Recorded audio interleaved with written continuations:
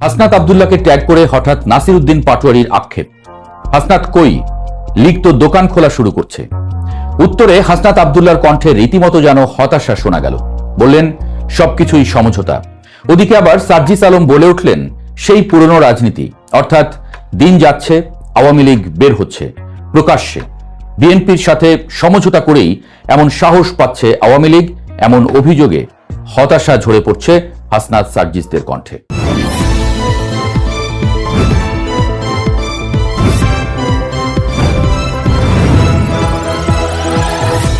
আসলেই কি সমঝোতা হয়ে গেছে আওয়ামী লীগ বিএনপির মধ্যে?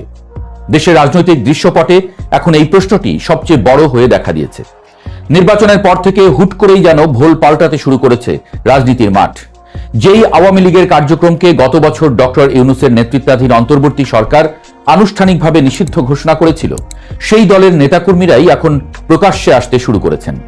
ঢাকা সহ দেশের বিভিন্ন জেলা এবং উপজেলায় দলটির তালাবদ্ধ কার্যালয়গুলো একে একে খুলতে শুরু করেছে। পঞ্চগড় থেকে শুরু করে চাঁদপুর, ঠাকুরগাঁও, সাতক্ষীরা, বরগুনা, পটুয়াখালী, এমনকি খোদ রাজধানীর বুকেও দেখা যাচ্ছে তাদের সগর্ব তৎপরতা। নির্বাচনের পরপরই এই যে ঝটিকা মিছিল, কার্যালয় দখল এবং রাজনৈতিক অঙ্গনে নিজেদের অস্তিত্ব প্রমাণের মরিয়া চেষ্টা, এর পেছনে কি কেবলই কর্মীদের আবেগ, নাকি পর্দার আড়ালে রচিত হয়েছে রাজনীতির নতুন কোনো চিত্রনাট্য? রাজনীতির মাঠে কোনো কিছুই বিনা কারণে বা শূন্য থেকে ঘটে না।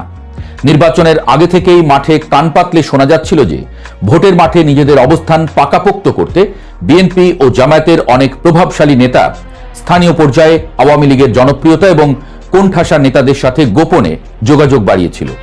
হিসাবটা ছিল খুব সোজা, ভোটের মাঠে প্রচ্ছন্ন সমর্থন দাও, নির্বাচনের পর দলীয় কার্যালয় খুলতে বা রাজনীতিতে ফিরতে খুব একটা বাধা দেওয়া হবে না। পঞ্চগড়ে চাকলাহাট ইউনিয়ন আওয়ামী লীগের কার্যালয়ের তালা খোলার সময় স্বয়ং সদর উপজেলা বিএনপির সভাপতির উপস্থিতির যে ভিডিও সামাজিক যোগাযোগ মাধ্যমে ঝড় তুলেছে, তা কোনো বিচ্ছিন্ন ভুল বা কাকতালীয় ঘটনা নয়। এটি মূলত তৃণমূল পর্যায়ে গড়ে ওঠা সেই অঘোষিত রাজনৈতিক সমঝোতারই একটি দৃশ্যমান রূপ। যদিও তীব্র সমালোচনার মুখে পড়ে সেই বিএনপি নেতা দাবি করেছেন যে তিনি জানতেন না ওটা আওয়ামী লীগের অফিস, কিন্তু রাজনীতির সচেতন দর্শকরা এই না জানার পেছনের আসল সত্যটা খুব ভালো করেই জানেন। এখন রাজনীতির ময়দানে সবচেয়ে বড় এবং চমকপ্রদ প্রশ্ন হলো, ১.৫ দশকের চরম বৈরী সম্পর্ক এবং গুম খুনের রাজনীতির ইতিহাস ভুলে বিএনপি কেন আওয়ামী লীগের প্রতি এতটা নমনীয় হবে?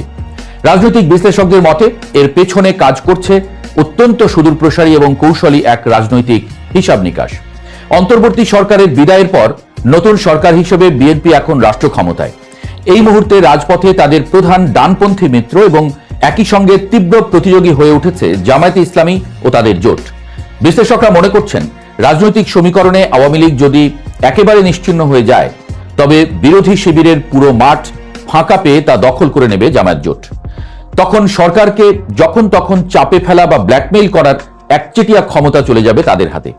কিন্তু রাজনীতির মাঠে যদি একটি কোণঠাসা অথচ দৃশ্যমান আওয়ামী লীগ টিকে থাকে, তবে জামায়াত চাইলেও সরকারের বিরুদ্ধে খুব একটা ঝামেলা বা একক আধিপত্য বিস্তার করতে পারবে না। ক্ষমতার এই নিখুঁত ভারসাম্য বজায় রাখতে এবং জামায়াতের ক্রমবর্ধমান প্রভাবকে রুখে দিতেই বিএনপি চাইছে আওয়ামী লীগ তাদের পাশে বা মাঠে থাকুক। এই চেক অ্যান্ড ব্যালেন্সের সমীকরণেই মূলত আওয়ামী লীগ এবং বিএনপির মধ্যে এক অলিখিত সমঝোতার শক্তিশালী বাতাবরণ তৈরি হয়েছে। অন্যদিকে অস্তিত্ব রক্ষার লড়াইয়ে থাকা আওয়ামী লীগও বসে নেই। ২০২৪ সালের আগস্টে গণ অভ্যুত্থানের পর থেকে আত্মগোপনে থাকা দলটির নেতাকর্মীরা শুধু একটি সুযোগের অপেক্ষায় ছিলেন। দলটির কেন্দ্রীয় যুগ্ম সাধারণ সম্পাদক আফম বাহাউদ্দিন নাসিমের কথাতেই তাদের বর্তমান রণকৌশলের প্রমাণ মেলে। তিনি অত্যন্ত আত্মবিশ্বাসের সাথে জানিয়েছেন, দলীয় কার্যালয়গুলো যেহেতু রাষ্ট্র আনুষ্ঠানিকভাবে বাজেয়াপ্ত করেনি, তাই সেখানে যেতে কর্মীদের কোনো বাধা নেই। শুধু তাই নয়, দলীয় সূত্রগুলো নিশ্চিত করছে যে ভারতে অবস্থানরত দলীয় প্রধান শেখ হাসিনা বিভিন্ন এনক্রিপ্টেড অ্যাপের মাধ্যমে নিয়মিত তৃণমূল নেতাদের সাথে যোগাযোগ রাখছেন। তারই সরাসরি নির্দেশে সারা দেশে যার যেখানে সম্ভব সেখানে দলীয় কার্যালয়ে যাওয়ার এবং নিজেদের উপস্থিতি জানান দেওয়ার এই মরিয়া চেষ্টা চলছে। নির্বাচনের আগে সামাজিক মাধ্যমে তাদের নো ভোট প্রচারণার পর এখন তারা বুঝতে পেরেছে যে অন্তর্বর্তীকালীন সরকারের সেই কঠোরতা এখন আর নেই। নির্বাচিত নতুন সরকার রাজনৈতিক স্থিতিশীলতার স্বার্থে তাদের উপর আগের মতো খড়গহস্ত হবে না। এই বিশ্বাস থেকেই ঢাকা বিশ্ববিদ্যালয়ের শিক্ষক আকম জামাল উদ্দিনের মতো নেতারা ধানমন্ডি ৩২ নম্বরে যাওয়ার সাহস দেখাচ্ছেন এবং কর্মীরা বঙ্গবন্ধু এভিনিউয়ের দিকে পা বাড়াচ্ছেন।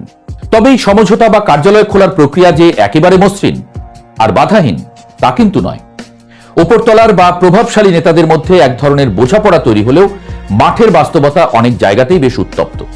অনেক এলাকাতেই বিএনপির যে অংশটি এই সমঝোতার বাইরে বা সুবিধা বঞ্চিত রয়ে গেছে তারা আওয়ামী লীগের এই প্রত্যাবর্তনে তীব্র বাধা দিচ্ছে। গত বৃহস্পতিবার ময়মনসিংহের তারাকান্দায় দলটির কার্যালয় খোলার পরপরই বৈষম্য বিরোধী ছাত্র আন্দোলন এবং জাতীয় নাগরিক পার্টির নেতাকর্মীরা যেভাবে বিক্ষোভ করে কার্যালয়ের ভেতরে গাড়ির টায়ারে আগুন জ্বালিয়ে দিয়েছে তা প্রমাণ করে যে সাধারণ ছাত্র জনতা এবং মাঠ পর্যায়ের অনেক কর্মী এখনো এই সমঝোতা মেনে নিতে প্রস্তুত নয়। বঙ্গবন্ধু এভিনিউতে বা ধানমন্ডিতে সভানেত্রীর কার্যালয়ের সামনে যখন আওয়ামী লীগের কর্মীরা জাতীয় পতাকা হাতে স্লোগান দিচ্ছেন তখন একদল মানুষ এর তীব্র প্রতিবাদও জানাচ্ছেন। অর্থাৎ দলটির ফিরে আসার এই চেষ্টার পথে পদে পদে বাধা রয়েছে ঠিকই, তবে সেই বাধা পেরোনোর জন্য প্রশাসনের নীরবতা এবং উপর মহলের যে প্রচ্ছন্ন সম্মতি তারা পাচ্ছে সেটাই তাদের মূল সাহসের জায়গা। সব মিলিয়ে ঢাকা বিশ্ববিদ্যালয়ের শিক্ষক মোহাম্মদ মুজিবুর রহমান এবং রাজনৈতিক বিশ্লেষক জুবাইদা নাসরিনের মতো বিজ্ঞজনেরা মনে করছেন একটি নির্বাচিত সরকার ক্ষমতায় আসার পর রাজনৈতিক স্থিতিশীলতাই তাদের প্রধান লক্ষ্য হয়ে দাঁড়ায়। দেশের অন্যতম বৃহৎ একটি রাজনৈতিক দলকে দীর্ঘকাল নিষিদ্ধ করে রাখা কিংবা তাদের লাখ লাখ কর্মীকে মাঠের বাইরে রেখে টেকসই স্থিতিশীলতা আনা সম্ভব নয়। গত সরকার তাদের নিষিদ্ধ করে নির্বাচনে অংশ নিতে দেয়নি ঠিকই, কিন্তু তার মানে এই নয় যে দলটি আজীবন নিষিদ্ধ থাকবে। বিএনপি খুব ভালো করেই সেই বাস্তবতাটা অনুধাবন করতে পেরেছে। তাই হাসনাত আব্দুল্লাহ বা সার্জিস আলমরা যতই হতাশা প্রকাশ করুক না কেন, যতই বলুক, সেই পুরনো রাজনীতি নির্জলা বাস্তবতা হলো রাজনীতি তার নিজস্ব গতিতেই চলে। আবেগ আর অভ্যুত্থানের স্লোগান দিয়ে হয়তো ফ্যাসিবাদের পতন ঘটানো যায়, কিন্তু রাষ্ট্র চালাতে গেলে প্রয়োজন হয় হিসেবি চালের। আর সেই হিসেবের খাতাতেই জামায়াতকে ঠেকাতে এবং নিজেদের রাজনৈতিক জমি নিরঙ্কুশ রাখতে আওয়ামী লীগের সাথে বিএনপির এই ভাই ভাই সমঝোতা এখন আর কোনো গোপন বিষয় নয়, বরং দিনের আলোর মতো স্পষ্ট এক রাজনৈতিক বাস্তবতা। এমনটাই মনে করছেন বিশ্লেষকরা।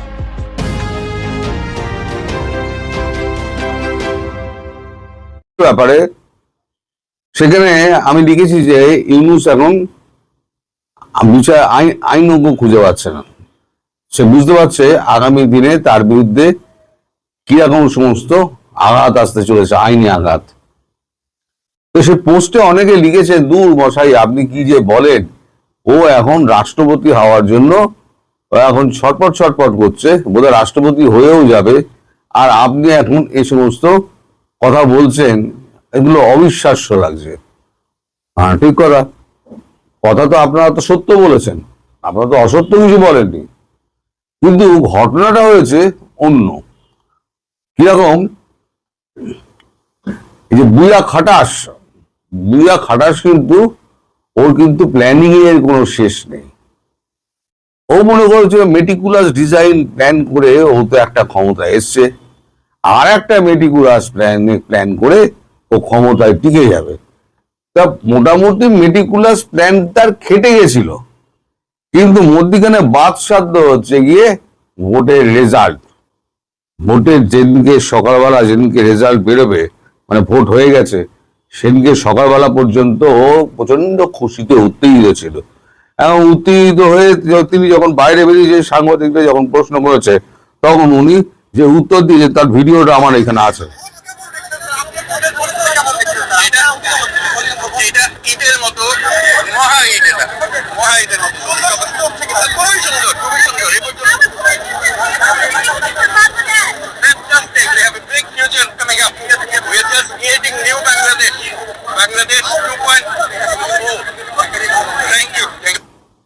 বাংলাদেশ 2.0 তখনও পর্যন্ত নিশ্চিন্তে ছিল যে বাংলাদেশ একেবারে ওনার হাতের মধ্যে চলে এসছে, জামাত ক্ষমতায় আসছে, কিন্তু ভেতরে ভেতরে যে খেলা ঘুরে গেছে সেটা উনি বুঝতে পারেননি।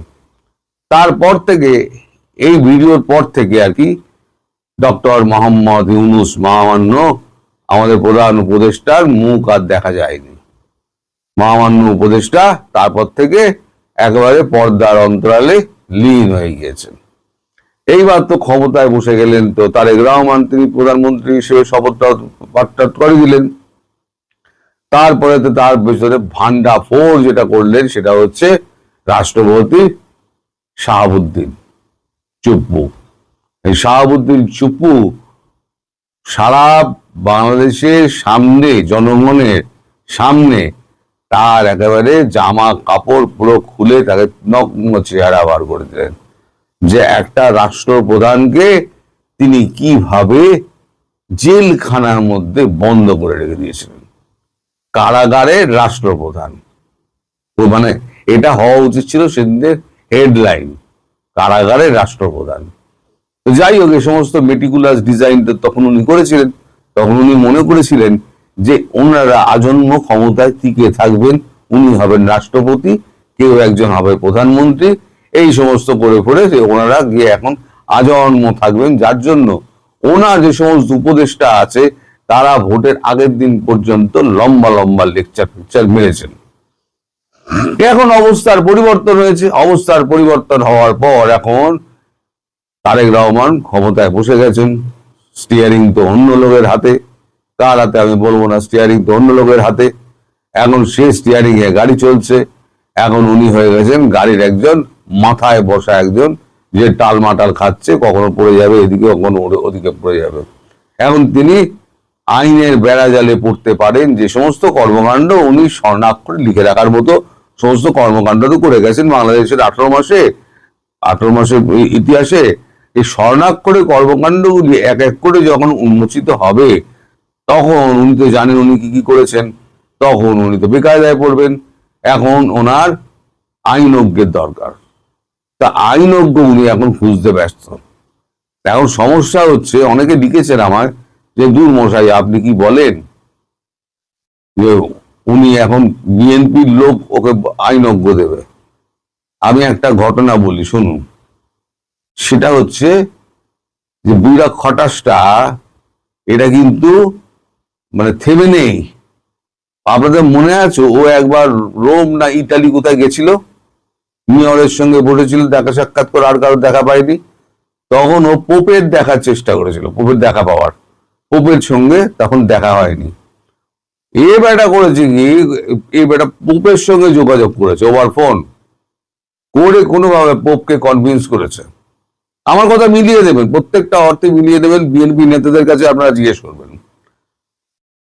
গতকাল বা পরশু দিনকে পোপ ফোন করেছিলেন তারেক রহমানকে, সব কুশল বিনিময় হওয়ার পর তারপরে উনি বলেন, পোপ বলেন যে দেখুন না, আপনাদের সরকারে যদি কোনোভাবে এনাকে করে নেওয়া যায়, অ্যাকোমোডেট করে নেওয়া যায়।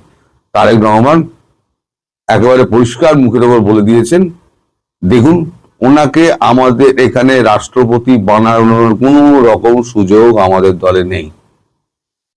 দ্বিতীয়বার একটা প্রস্তাব তখন পোপ দেন যে তাহলে পরে ওনাকে সেফ এক্সিটের ব্যবস্থা করে দিন। সেটাও তারেক রহমান বলে দিয়েছেন যে সেফ এক্সিট, ওনার যে সেফ এক্সিটের ব্যাপারটা, সেটা কিন্তু আমার একার হাতের মধ্যে নয়। এখানে আন্তর্জাতিক ব্যাপার রয়েছে এবং আমার দলের শীর্ষ নেতাদের সঙ্গে আমি বৈঠক করে এই ব্যাপারে কথা বলে দেখেছি, তাদেরও মতামত কিন্তু এই ব্যাপারে ভিন্ন। সুতরাং এই ব্যাপারেও আমি আপনার কোনো সন্তোষজনক উত্তর দিতে পারছি না। ফলে পোপের যে দুটো অনুরোধ পোপকে দিয়ে করানো হয়েছিল, এক ওকে রাষ্ট্রপতি বানানো, দুই হচ্ছে যদি না হয় নেহাত তারপরে সেফ এক্সিট হওয়া। রাষ্ট্রপতি হওয়া হচ্ছে না, সেফ এক্সিটও পাওয়া যাচ্ছে না। এটা আমি যেটা বলছি অত্যন্ত দায়িত্বের সঙ্গে বলছি।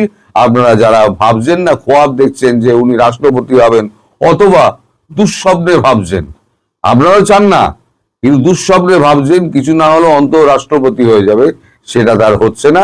আপনারা জনে জনে বিএনপি নেতার কাছ থেকে খবর নিয়ে এটিকে আমি ভুল বলছি না ঠিক বলছি কনফার্ম করে নেবেন। এবার আসি যে আইনজীবীদের কথা। আমাদের ভারতবর্ষের একটা ঘটনার কথা বলি। কসাব যখন ভারতবর্ষ 26/11 যখন হয়েছিল, তখন তার একজন জীবিত একজন জঙ্গি ধরা পড়েছিল, তার নাম হচ্ছে আজমল কসাব। আজমল কসাব আমাদের দেশে হচ্ছে বিচার করতেই হবে। তা বিচার করতে গেলে কি হবে, একজন আইনজ্ঞের দরকার। কিন্তু আজমল কাসাব কি করেছিল? দেশের মানুষকে হত্যা করেছিল। দেশের কোন নামি বেনামি এবং বটতলার উকিলও তার হয়ে আইনে তার হয়ে লড়াই করতে চায়নি। শেষকালে বাধ্য হয়ে আদালতকে সরকারিভাবে নোটিশ দিতে হয় কাগজে, যে এরকম আইনজ্ঞ চাওয়া হচ্ছে, তাকে এত ফিস দেওয়া হবে, কসাবের হয়ে তাকে ওকালতি করতে হবে। শেষে একজন আইনজীবী পাওয়া গেল যাকে সরকার দিল যে আপনি যদি এই কেসটা লড়েন তাহলে আপনার সমস্ত জীবনের দায়িত্ব আমাদের, এবং আপনি কেস লড়ার পর আপনি যেখানে যেতে চান আমরা আপনাকে সেই দেশে পাঠিয়ে দেবো, অর্থনৈতিক সমস্ত সুবিধা দিয়ে আমরা সেই দেশে পাঠিয়ে দেবো। অর্থাৎ আমাদের এখানে নিয়মটাকে মানতেই হবে। ও ফাঁসিতে ঝুলবে এটা ঠিক, কিন্তু নিয়মটাকে মানতেই হবে। সে তিনি অপরাধ হতেও পারে, তার লড়তে তো হবে। 16 বছর ধরে সেই পিটিশন করতে করতে মাফি ভিক্ষা হ্যান ত্যান করতে করতে 16 বছর বাদে সে ফাঁসিতে ঝুলল। যেদিনকে ফাঁসিতে ঝুলল তার আগের দিন লোটাপত্র নিয়ে সেই আইনজীবী পুরো গায়েব, ভারতবর্ষ থেকে গায়েব। অর্থাৎ আমি এটা বলতে চাইছি যে দেশের মানুষকে খেপিয়ে দিয়ে কখনো কোনো আইনজীবী কোনো কেস নেন না। এখন ডক্টর ইউনূস যা করেছেন তাতে দেশের সাধারণ মানুষ এত ক্ষেপে আছে ডক্টর ইউনূসের উপরে যে কোনো আইনজীবী তার মামলা নিতেই চাইছেন না। আর আপনারা বিএনপির কথা বলছেন, বিএনপির নেতৃত্বকে তিনি এত জ্বালিয়েছেন, এত মুখ করেছেন, দুর্মুখ লোক তো, এবং তার ব্যবহারও অত্যন্ত খারাপ ছিল। তিনি মনে করেছেন আমি তো সারা জীবন তো আমি তো এখান থেকে যাবো, কার তো বাবার ক্ষমতা নেই আমার এখান থেকে সরাবে। একবার আমি বসে পড়েছি মেটিকুলাস ডিজাইন করে, আমি আর একবার থেকে যাব, কারোর ক্ষমতা নেই। তো উনি একেবারে চাকর বাকরের মতো ব্যবহার করতেন। একবার মনে আছে আমি একটা বৈঠকের কথা বলেছিলাম, সেখানে বিএনপি নেতা ছিল, জামাত নেতা ছিল, এনসিপি ছিল, ওই যে মিটিং হচ্ছিল, সে গণভোট নিয়ে সেখানে বোতল ছোড়াছড়ি পর্যন্ত হয়েছিল। বিএনপি নেতার গায়ে বোতল ছুড়ে মেরেছিলেন জামাত নেতারা আর এনসিপি নেতারা। এখন যদি বিএনপির কোন আইনজীবী দাঁড়াতে চান তাহলে বিএনপির যে অবস্থা আছে, বিএনপি কিন্তু কোনো মতেই তাতে মত দেবে না। আর তিনি তাহলে কাজ করতে পারেন, বিএনপি ছেড়ে আর ওই আপনাদের দেশ ছেড়ে দেশত্যাগী হয়ে যদি টাকার জন্য উনি করতে চান তাহলে পরে উনি করতে পারেন। তবে বাংলাদেশের মানুষ তো আমার খুব একটা বিশ্বাস নেই। এ তো আর আমাদের ভারতবর্ষের মানুষ নয় যে এক কাট্টা দেশপ্রেমের ব্যাপারে এক কাট্টা। আপনাদের যেটা সেটা হচ্ছে টাকার প্রেম। টাকার কাছে আপনারা যখন তখন মা বোন বিক্রি করে দেন। আমি বলছি সাধারণ মানুষ নয়, আমি বলছি এই সমস্ত যারা আন্দোলনজীবী টিভি আছে যারা না, এরা হচ্ছে আন্দোলনজীবী। আন্দোলনজীবী যারা আছে আর তার মধ্যে আইনজ্ঞ কিছু রয়েছে যারা একেবারে টাকার কাছে নিজেদের মা বোন বিক্রি করে দেন, তাদের কথা আলাদা। তারা এখানে টাকা পয়সা নিয়ে ও ফাঁসিতে চুললো কি আজীবন কারাগারে গেল, ওর কিছু দেখার দরকার নেই। ও টাকাটি বগলে পুরলো, ও বেরিয়ে চলে এলো, ও বরাবরের মতো বাংলাদেশও ছেড়ে দিল। কিন্তু আমাদের ভারতবর্ষ যখন দায়িত্ব নিয়ে তাকে অন্যদিকে পাঠিয়েছিল, তাকে কি করতে হবে? বাংলাদেশের যে আইনজ্ঞ যিনি লড়বেন তাকে লুকিয়ে দেশ ছাড়তে হবে। তার আগে তো তাকে গালাগাল তো দিন রাত খেতেই হবে। সুতরাং এই অবস্থার মধ্যে আমার মনে হয় না বিএনপিরও কোনো আইনজীবী এগিয়ে আসবেন। আমি পুরো অবস্থাটাই আপনাকে ব্যাখ্যা করলাম। এক হচ্ছে তার রাষ্ট্রপতি হওয়া হচ্ছে না, আপনারা যেটা ভাবছেন তিনি রাষ্ট্রপতি হবেন চেষ্টা করেছিলেন কিন্তু হবেন না, তিনি সেফ এক্সিট পাবেন না, তাকে আইনের মুখোমুখি হতে হবে, বিচারের সম্মুখীন হতে হবে, তাকে কারাগারে যেতে হবে, এবং শেষ পরিণতি কি হবে তা তো আইনের উপর নির্ভর করছে। এই ব্যাপারে আমি কোনো কথা বলবো না। সবাই ভালো থাকবেন, সুস্থ থাকবেন এবং সাবধানে থাকবেন।